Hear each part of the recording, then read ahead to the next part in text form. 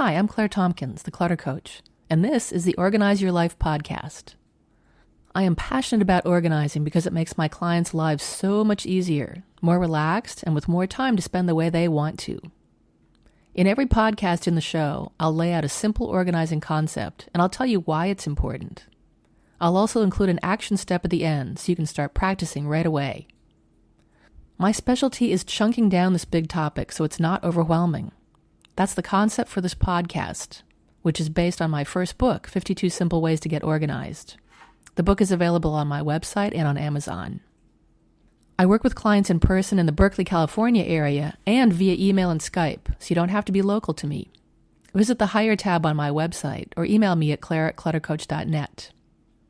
If you like the show, please rate it and review it. To do that, go to my website, cluttercoach.net, and scroll down for the show notes. Each show notes post has a link to leave a review in iTunes. I would so appreciate that. Okay, on to the podcast.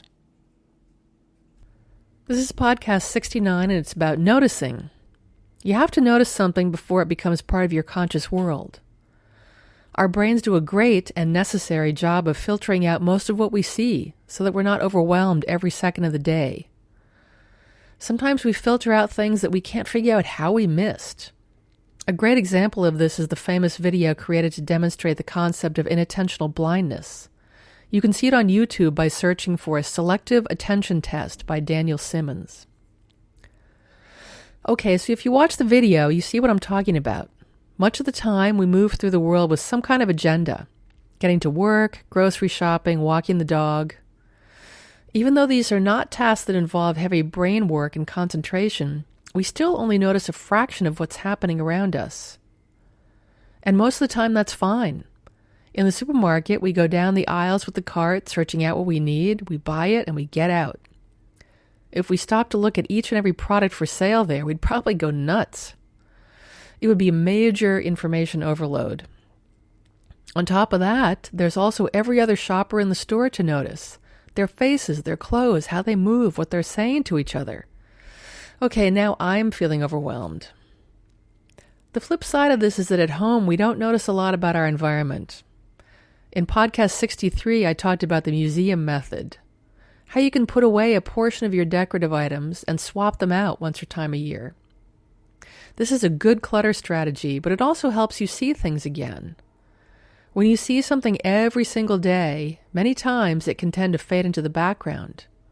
And here I'm talking about furniture and decor, or the piles on your desk, things that you see, but you're not focusing your attention on. Many of my clients have contacted me when the clutter got to a tipping point somehow. It was building up slowly, but unnoticed. And then something happened that made them suddenly realize that there was just too much. Maybe they were trying to find something and having too many places to look for it. Maybe they were having trouble getting the car into the garage because the clutter had encroached just a bit too far. But they really hadn't noticed all that stuff building up, not consciously. They saw it out of the corner of their eye, but it didn't really register. Until it did. So what's the point here? The point is that noticing your home environment on a regular basis will prevent clutter from building up, because then you can do something about it. Spending the time to look around and really see what belongs in a room and what doesn't. See how the space is being utilized, and if that's what you want. See what space really isn't usable anymore, and how you've had to accommodate to that, and live in a way that you don't really want to make room for things that you don't really want to have. In podcast 51, I gave some ideas for developing this kind of objectivity. We need to jolt ourselves out of our ruts, but it's really not that hard to do. Showing something to another person helps, or you might just imagine having people over, having a party, and as you look around the room, you can suddenly see what they will see. They'll see that sweater balled up in the corner of the sofa, for instance. Now, this is not an exercise to make you feel crummy about your housekeeping. It's just to see what's really there. Another surprisingly effective way to do that is to take photos. Just shoot some pictures of the room you're in right now, and then sit down and look at them. I can guarantee that you'll see something in the photos that you did not really notice in real life. Strange, but true. Inattentional blindness does not happen as much with photos. Photos flatten out the scene, and they make it into colors and shapes inside a rectangle.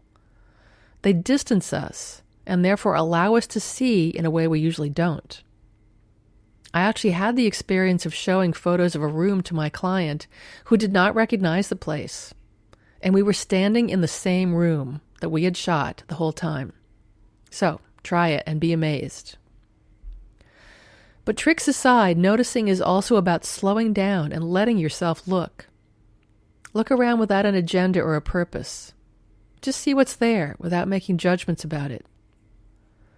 When you can take in your surroundings dispassionately, you can get to that objective state of mind where you can make decisions that aren't colored by negative emotions.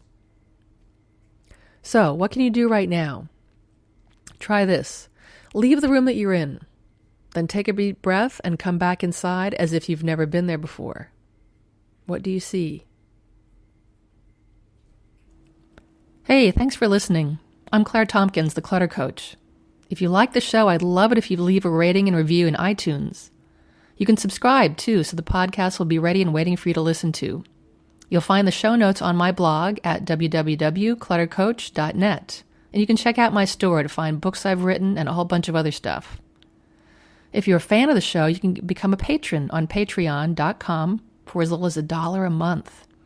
You can find my page by going to the Patreon website, that's Patreon, and searching on Clutter Coach. I'll still post the podcast free of charge, but I've got some cool rewards for folks who want to help me make the show even better. Come back next week for a new podcast.